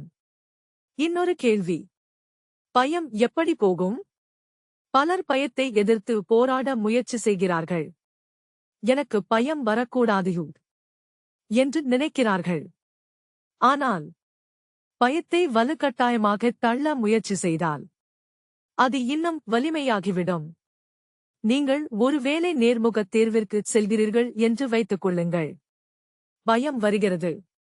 அதை மறுக்காமல், சரி, இப்போது பயம் இருக்கிறது, அதை அமைதியாக கவனிப்போம் என்று பார்த்தால் பயத்துடனான நம்முடைய உறவே மாறிவிடும். பயம் எதிரி அல்ல, அது ஒரு அனுபவம் மட்டுமே. அதேபோல் கோபத்தை எப்படி கட்டுப்படுத்துவது என்ற கேள்வியும் எழும். கோபத்தை அடக்க முயற்சி செய்தால் அது உள்ளுக்குள் தேங்கிக் கொண்டே இருக்கும். ஒரு நாள் வெடித்துவிடும். ஆனால் விழிப்புணர்வு என்ன செய்கிறது? கோபம் வருவதற்கான முதல் அறிகுறிகளையே கவனிக்கிறது. இதயத் துடிப்பு அதிகரிக்கிறது, முகம் சூடாகிறது, குரலின் தன்மை மாறுகிறது. இவற்றை கவனிக்க ஆரம்பித்தவுடன் தன்னிச்சையான எதிர்வினைக்கும் விழிப்புணர்வான பதிலுக்கும் இடையில் ஒரு சிறிய இடைவெளி உருவாகிறது. அந்த இடைவெளிதான் ஞானம். ஒரு ஆசிரியர் வகுப்பில் பாடம் நடத்துகிறார் என்று நினைத்துப் பாருங்கள். ஒரு மாணவர் தவறாக பதில் சொல்கிறார். ஆசிரியர் உடனே திட்டிவிட்டால் அந்த மாணவன் பயந்து விடுவான். ஆனால் அமைதியாக விளக்கினால் அவன் கற்றுக்கொள்வான். அதேபோல் நம்முடைய மனதிடமும் நாம் நடந்து கொள்ள கற்றுக்கொள்ள வேண்டும். நாம் செய்த தவறுகளுக்காக நம்மையே திட்டிக் கொள்வதை விட அவற்றை புரிந்து கொள்ள முயற்சி செய்யலாம். இன்னொரு பொதுவான சந்தேகம், தியானம் என்றால் என்ன? மனம் வெறுமையாக இருக்க வேண்டுமா? பலர் தியானம் என்றால் எண்ணங்கள் வரக்கூடாது என்று நினைக்கிறார்கள். ஆனால் மனதின் இயல்பே சிந்திப்பதுதான். அதுதான் அதன் வேலை. அதை வலுக்கட்டாயமாக நிறுத்த வேண்டிய அவசியமில்லை. ஒரு கற்பனை செய்து பாருங்கள். நீங்கள் சாலையோரத்தில் அமர்ந்து வாகனங்கள் செல்வதை பார்த்துக் கொண்டிருக்கிறீர்கள். ஒரு கார் செல்கிறது, ஒரு இருசக்கர வாகனம் செல்கிறது, ஒரு பேருந்து செல்கிறது. ஒவ்வொரு வாகனத்தின் பின்னாலும் ஓடாமல் அவற்றை அமைதியாக கவனித்துக் கொண்டே இருக்கிறீர்கள். எண்ணங்களும் அப்படித்தான். அவை வரட்டும், போகட்டும். ஒவ்வொரு எண்ணத்தின் பின்னாலும் நாம் ஓட வேண்டிய அவசியமில்லை. இங்கே இன்னொரு அழகான கேள்வி எழுகிறது.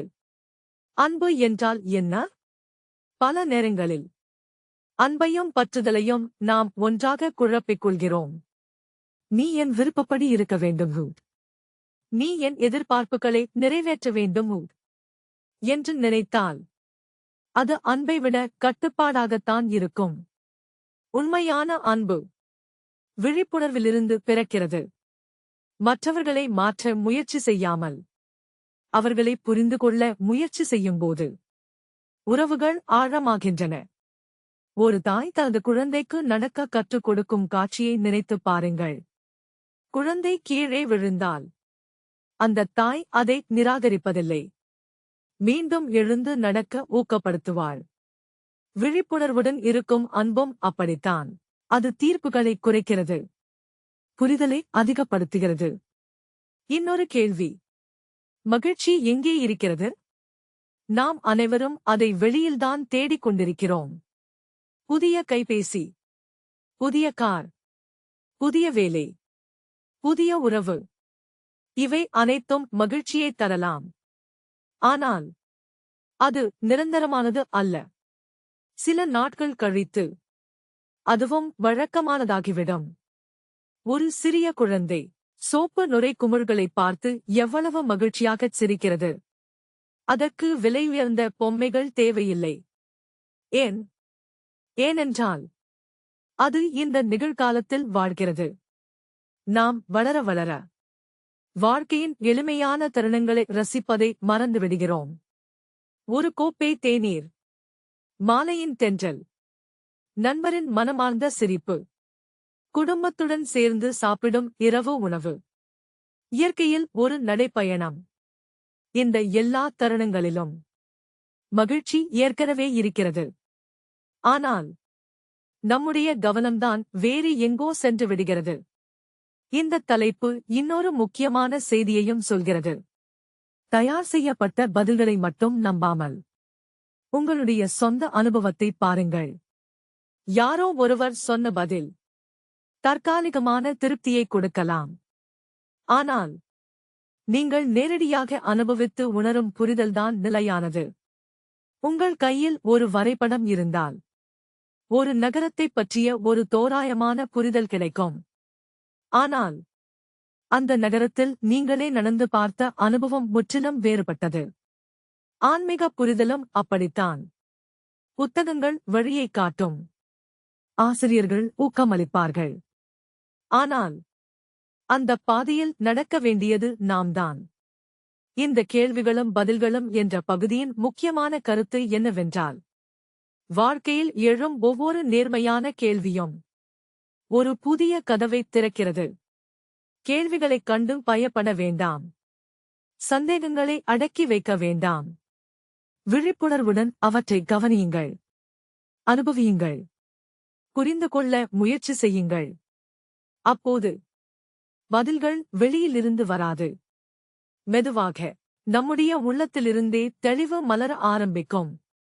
தலைப்பு 7: சுயத்தை அறியும் தியானங்கள். இதுவரை வாழ்க்கையின் அர்த்தம், விதி, சுதந்திரம், ஆன்மா, கர்மா, விழிப்புணர்வு என்று பல கருத்துக்களை ஆராய்ந்தோம். ஆனால் இப்போது ஒரு முக்கியமான கேள்வி எழுகிறது. இவை அனைத்தையும் நடைமுறையில் எப்படி அனுபவிப்பது? படித்த அறிவு வெறும் அறிவாக மட்டுமே இருக்கக்கூடாது. அதை வாழ்க்கையில் அனுபவிக்க வேண்டும். அதற்காகத்தான் இந்த தலைப்பு தியானத்தை பற்றி பேசுகிறது. பலருக்கு தியானம் என்றவுடன் ஒரு காட்சி மனதில் தோன்றும். கண்களை மூடிக்கொண்டு அமைதியாக அமர்ந்திருக்க வேண்டும். எண்ணங்கள் வரக்கூடாது. மனம் வெறுமையாக இருக்க வேண்டும். அப்படித்தான் தியானம் என்று பலர் நினைக்கிறார்கள். ஆனால் இந்த தலைப்பு சொல்லும் கருத்து வேறு. தியானம் என்பது மனதை வலுக்கட்டாயமாக அமைதிப்படுத்துவது அல்லையோ. நமக்குள் என்ன நடக்கிறதோ அதை முழு விழிப்புணர்வுடன் கவனிப்பதுதான் தியானம். ஒரு தெளிவான ஏரியை நினைத்துப் பாருங்கள். பலத்த காற்று வீசும்போது ஏரியின் மேற்பரப்பில் அலைகள் எழும். அப்போது அதன் பிரதிபலிப்பு தெளிவாகத் தெரியாது. ஆனால் காற்று அடங்கியவுடன் நீர் அமைதியாகிவிடும். பிரதிபலிப்பும் தெளிவாகத் தெரியும். நம்முடைய மனமும் அப்படித்தான். எண்ணங்களுடன் போராட வேண்டிய அவசியமில்லை. அவற்றை அமைதியாக கவனிக்க ஆரம்பித்தாலே தெளிவு இயல்பாகவே தோன்றும். தியானம் என்பது ஒரு போட்டி அல்ல. யார் சிறப்பாக தியானிக்கிறார்கள் என்று மதிப்பெண் போடும் விளையாட்டும் அல்ல. அது ஒவ்வொருவருக்கும் தனிப்பட்ட அனுபவம். ஒரு சிறிய பயிற்சியை நினைத்துப் பாருங்கள். காலையில் எழுந்தவுடன் உடனே கைபேசியை எடுக்காமல், தொலைக்காட்சியை இயக்காமல் 2 நிமிடங்கள் அமைதியாக அமருங்கள். ஆழமாக மூச்சை இழுங்கள். காற்று உள்ளே வருவதை உணருங்கள். வெளியே செல்வதையும் உணருங்கள். இது மிகவும் சிறிய பயிற்சியாகத் தோன்றலாம். ஆனால் தினமும் இதைச் செய்தால் மனம் மெதுவாக அமைதியாக ஆரம்பிக்கும். பலர் தியானத்திற்கு அமர்ந்தவுடன் என்ன நடக்கிறது? ஷாப்பிங் செய்ய வேண்டும். அலுவலக மின்னஞ்சலை அனுப்ப வேண்டும். நேற்று பேசியது சரியாக இல்லை. நாளை என்ன ஆகுமோ என்று எண்ணங்கள் தொடர்ந்து வர ஆரம்பிக்கும். அப்போது பலர் ஏமாற்றமடைகிறார்கள். எனக்கு தியானம் வரவில்லையோ என்று நினைக்கிறார்கள். ஆனால் உண்மையில் அந்த எண்ணங்கள் வருவதை கவனிப்பதே தியானத்தின் முதல் படி. ஒரு ரயில் நிலையத்தை நினைத்துப் பாருங்கள். ரயில்கள் வந்து செல்கின்றன. நீங்கள் நடைமேடையில் நின்றிருக்கிறீர்கள். ஒவ்வொரு ரயிலிலும் ஏற வேண்டிய அவசியமில்லை. அதேபோல் ஒவ்வொரு எண்ணத்தையும் பின்தொடர வேண்டிய அவசியமில்லை. அவற்றை பார்த்துவிட்டு விடலாம். இந்த தலைப்பு இன்னொரு அழகான பயிற்சியையும் பரிந்துரைக்கிறது. விழிப்புணர்வுடன் நடப்பதையும்.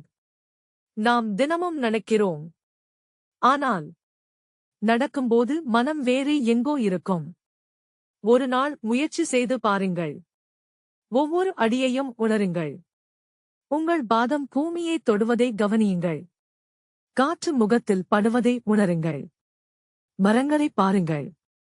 பறவைகளின் சத்தத்தை கேளுங்கள். அப்போது சாதாரணமான நடைப்பயிற்சியே மிகவும் அமைதியான அனுபவமாக மாறிவிடும். இன்னொரு பயிற்சி.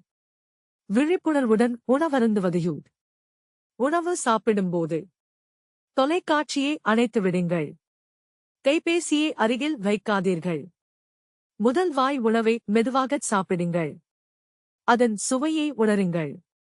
அதன் மணத்தை ரசிக்குங்கள். அப்போது நாம் வாழ்க்கையை எவ்வளவு வேகமாக வாழ்கிறோம் என்பது புரியும்.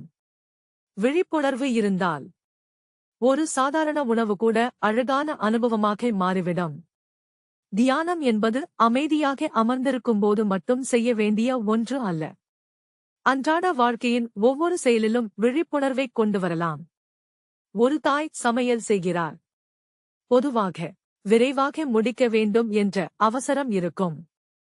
ஆனால் காய்கறிகளை நறுக்குவதையும், உணவின் மணத்தையும், சமையலின் ஒலிகளையும் கவனிக்க ஆரம்பித்தால் சமையல் கூட ஒரு தியானமாக மாறிவிடும். ஒரு அலுவலக ஊழியர் கணினியை திறக்கிறார். ஒரு வேலையை முழு கவனத்துடன் செய்கிறார். ஒரே நேரத்தில் பல வேலைகளைச் செய்யாமல் ஒரு வேலையை மட்டும் முழுமையாகச் செய்தால் அந்த வேலையும் ஒரு தியானமாக மாறிவிடும். தியானம் என்பது செயலை மாற்றுவது அல்ல. அந்தச் செயலுக்குள் கொண்டு வரும் விழிப்புணர்வே முக்கியம். மிகவும் முக்கியமான இன்னொரு பயிற்சி சுய கவனிப்பு. ஒரு நாள் முழுவதும் உங்களுடைய உணர்வுகளை கவனியுங்கள். எப்போது சிரிக்கிறீர்கள்? எப்போது கோபப்படுகிறீர்கள்? எப்போது பயப்படுகிறீர்கள்? எப்போது மற்றவர்களுடன் ஒப்பிடுகிறீர்கள்? எதற்கும் தீர்ப்பு சொல்ல வேண்டாம். வெறுமனே கவனியுங்கள். ஒரு மருத்துவர் நோயாளியை பரிசோதிப்பதற்கு முன் அவரை கவனமாக பார்ப்பார். அதேபோல் நாமும் நம்முடைய மனதை கவனிக்க கற்றுக்கொள்ள வேண்டும். இன்னொரு அழகான உதாரணம். ஒரு அறையில் விளக்கை அணைத்தால் இருள் இருக்கும். அந்த இருளை துடைப்பத்தால் வெளியே தள்ள முடியுமா? முடியாது. ஆனால் விளக்கை ஏற்றினால் இருள் தானாகவே மறைந்துவிடும். விழிப்புணர்வு அந்த வெளிச்சத்தைப் போன்றது. அறியாமை அந்த இருளைப் போன்றது. விழிப்புணர்வு அதிகரிக்க அதிகரிக்க குழப்பங்கள் மெதுவாக குறைய ஆரம்பிக்கும். தியானம் செய்ய ஆரம்பித்தவுடன் வாழ்க்கையில் இருக்கும் எல்லா பிரச்சனைகளும் மறைந்துவிடுமா? இல்லை. போக்குவரத்து நெரிசல் இருக்கும். அலுவலக மன அழுத்தம் இருக்கும். குடும்ப பொறுப்புகள் இருக்கும். உடல்நலச் சவால்களும் வரலாம். ஆனால் ஒரு பெரிய மாற்றம் நடக்கும். பிரச்சனைகள் அதேபோல இருந்தாலும் அவற்றைப் பார்க்கும் நம்முடைய மனநிலை மாறிவிடும். ஒரு அனுபவம் வாய்ந்த மாலுமி கடலில் புயல் வந்தாலும் பதற்றப்பட மாட்டார். புயலை தன்னால் நிறுத்த முடியாது என்பது அவருக்கு தெரியும். ஆனால் அதை எப்படி சமாளிப்பது என்பதை அவர் கற்றிருக்கிறார். தியானமும் அப்படித்தான். அது வாழ்க்கையில் வரும் புயல்களை நிறுத்தாது. ஆனால் அந்த புயலின் நடுவிலும் நம்மை நிலையாக வைத்திருக்க உதவும். சிலர் கேட்பார்கள், எவ்வளவு நேரம் தியானம் செய்ய வேண்டும்? இந்த தலைப்பின் பதில் மிகவும் எளிமையானது.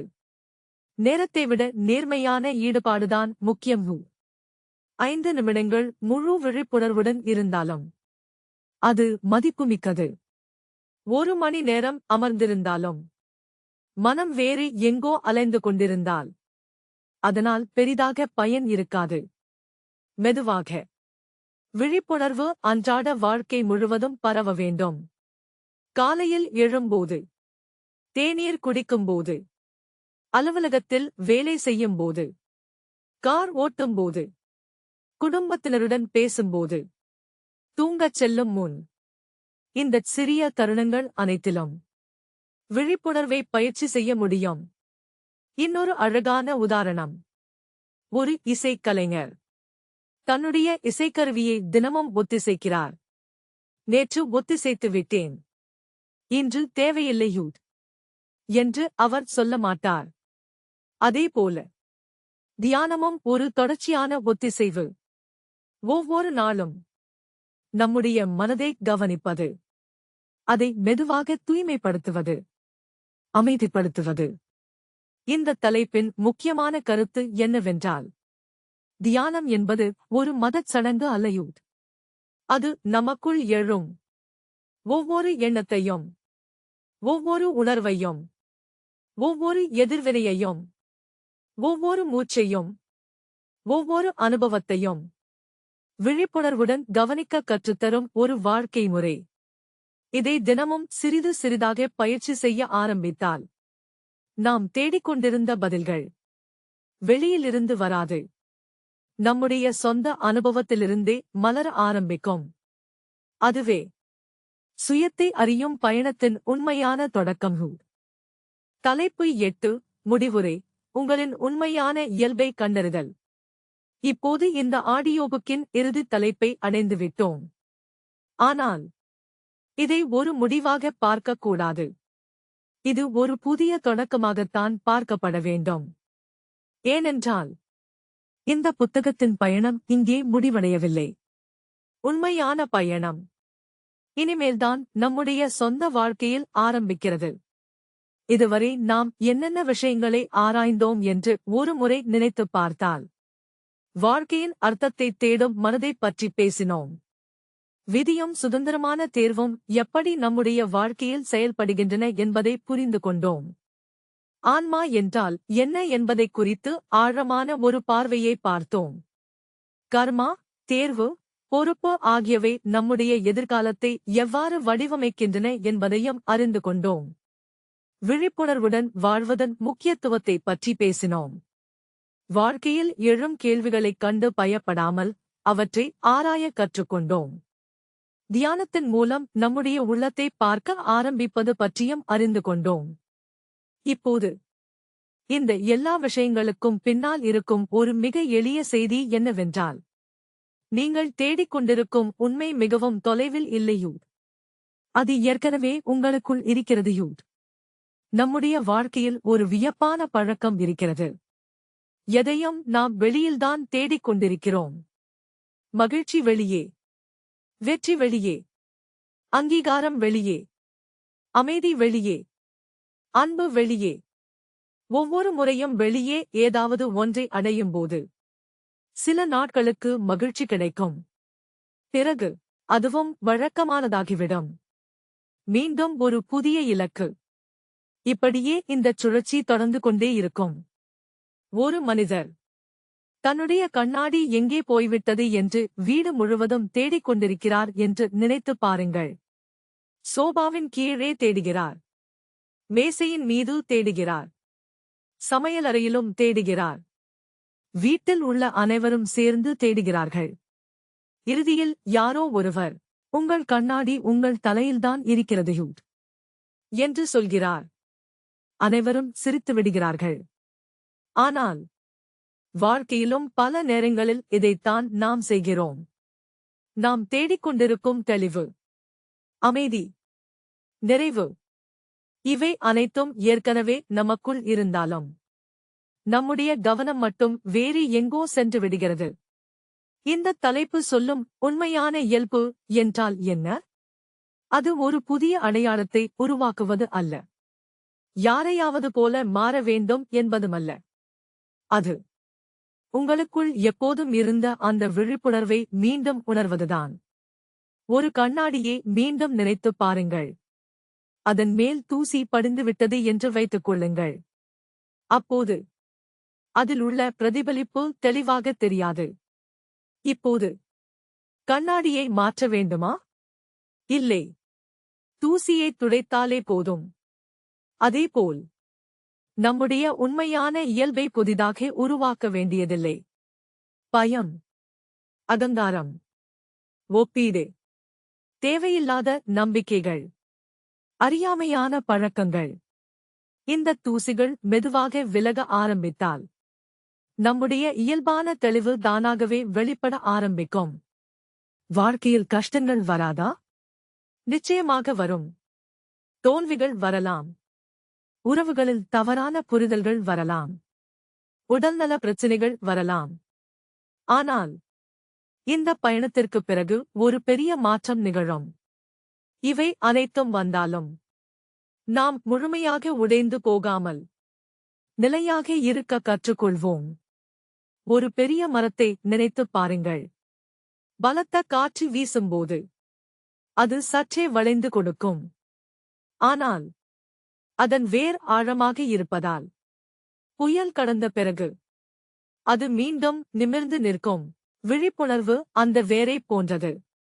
வெளிப்புற சூழ்நிலைகள் அந்த காற்றைப் போன்றவை. வேர் வலிமையாக இருந்தால் புயல் நிரந்தரமான சேதத்தை ஏற்படுத்துவது மிகவும் கடினம். இன்னொரு எளிய உதாரணம். ஒரு இசைக்கலைஞர் தினமும் பயிற்சி செய்கிறார். ஒரு நாள் மேடையில் சிறிய தவறு நடக்கலாம். ஆனால் தொடர்ச்சியான பயிற்சி இருப்பதால் அவர் தன்னம்பிக்கையை இழக்க மாட்டார். மீண்டும் இசையைத் தொடர்வார். வாழ்க்கையும் அப்படித்தான். விழிப்புணர்வு தினசரி பயிற்சியாக மாறும்போது தவறுகள் வந்தாலும் மீண்டும் எழுந்து நிற்பது எளிதாகிவிடும். இந்த பயணத்தில் இன்னொரு முக்கியமான பாடமும் இருக்கிறது. உங்களை மற்றவர்களுடன் ஒப்பிடாதீர்கள். யாரோ ஒருவர் ஆன்மீகத்தில் முன்னேறியிருக்கலாம். யாரோ ஒருவர் மிகவும் அமைதியாக இருக்கலாம். யாரோ ஒருவர் மிகவும் வெற்றிகரமாக இருக்கலாம். அவர்களைப் பார்த்து நான் இன்னும் அப்படி இல்லையூ என்று வருந்த வேண்டிய அவசியமில்லை. ஒரு விதை மரமாக வளர காலம் தேவை. ஒரு மலர் மலர சரியான பருவம் தேவை. சூரிய உதயம் கூட மெதுவாகத்தான் நிகழ்கிறது. இயற்கையில் எதுவும் அவசரப்படுவதில்லை. ஆனால் எல்லாமே சரியான நேரத்தில் நிகழ்கிறது. நம்முடைய வளர்ச்சியும் அப்படித்தான். பொறுமை மிகவும் முக்கியம். விழிப்புணர்வுடன் பொறுமையும் சேர்ந்தால் முதிர்ச்சி உருவாகும். முதிர்ச்சி வந்தால் தேவையில்லாத மோதல்கள் குறையும். மோதல்கள் குறைந்தால் மனம் இலேசாகும். மனம் இலேசானால் வாழ்க்கையின் அழகு மெதுவாகத் தெரியும். இந்த ஆடியோ புக் முழுவதும் ஒரு பொதுவான செய்தி தொடர்ந்து வந்து கொண்டே இருந்தது. கவனியுங்கள். உடனடியாக எதிர்வினையாற்றாதீர்கள். சிறிது நேரம் நின்று யோசியுங்கள். உங்களை நீங்களே புரிந்து கொள்ள முயற்சி செய்யுங்கள். மற்றவர்களை தீர்ப்பளிப்பதற்கு முன் அவர்களை புரிந்து கொள்ள முயற்சி செய்யுங்கள். இந்த நிகழ்காலத்தை தவறவிடாதீர்கள். எளிமையாக வாழுங்கள். விழிப்புணர்வுடன் வாழுங்கள். மிகவும் சுவாரஸ்யமான ஒரு விஷயம் என்னவென்றால், நம்முடைய விழிப்புணர்வு அதிகரிக்க மற்றவர்களை மாற்ற வேண்டும் என்ற ஆசை குறைய ஆரம்பிக்கும். நம்மை நாமே புரிந்து கொள்ள ஆரம்பித்தவுடன் மற்றவர்களும் அவர்களுடைய வாழ்க்கை பயணத்தில் இருக்கிறார்கள் என்பதை உணர ஆரம்பிப்போம். அப்போது உறவுகளில் ஏற்றுக்கொள்ளும் மனநிலை அதிகரிக்கும். வாக்குவாதங்கள் குறையும். கேட்டு புரிந்து கொள்ளும் திறன் வளரும். அலுவலகத்தில் இருந்தாலும் விழிப்புணர்வு. வீட்டில் இருந்தாலும் விழிப்புணர்வு. போக்குவரத்து நெரிசலில் இருந்தாலும் விழிப்புணர்வு. வெற்றி வந்தாலும் விழிப்புணர்வு. தோல்வி வந்தாலும் விழிப்புணர்வு. இந்த விழிப்புணர்வே வாழ்க்கையின் அடித்தளமாக மாறும்போது வெளியில் நடக்கும் மாற்றங்கள் நம்முடைய உள்ளத்தில் இருக்கும் அமைதியை எளிதில் குலைக்க முடியாது. அதனால்தான் இந்த புத்தகத்தின் இறுதி சாராம்சம் மிகவும் எளிமையானது. உண்மையான சுதந்திரம் என்பது வெளிப்புற சூழ்நிலைகள் அனைத்தும் முழுமையாக இருப்பது அல்லையோ. எந்தச் சூழ்நிலையிலும் விழிப்புணர்வுடனும் தெளிவுடனும் நேர்மையுடனும் வாழ முடிவதுதான் உண்மையான சுதந்திரம். உண்மையான கண்டுபிடிப்பு என்பது புதிதாக எதையாவது சேர்த்துக் கொள்வது அல்லையோ. எப்போதும் நமக்குள் இருந்த உண்மையான இயல்பை மீண்டும் உணர்வதுதான். அந்த உணர்வுதான் மனதிற்கு ஆழமான அமைதியை அளிக்கிறது. அந்த அமைதிதான் இந்த பயணத்தின் உண்மையான பரிசு. அவ்வளவுதான் மக்களே. இன்றைய இந்த ஆடியோ புக்கில் destiny, freedom and the soul புத்தகத்தின் முழு சாராம்சத்தையும் எளிமையாகவும் ஆழமாகவும் பார்த்தோம். இந்த பயணம் உங்களுக்கு சிந்திக்கவும் உங்களையே புதிதாக புரிந்து கொள்ளவும் ஒரு சிறிய தொடக்கமாக இருந்திருக்கும் என்று நம்புகிறேன். மீண்டும் ஒரு புதிய ஆடியோ புக்கில் உங்களைச் சந்திக்கும் வரை உங்கள் ஆதரவுக்கும் நேரத்திற்கும் மனமார்ந்த நன்றி. நன்றி. மீண்டும் சந்திப்போம். வணக்கம்.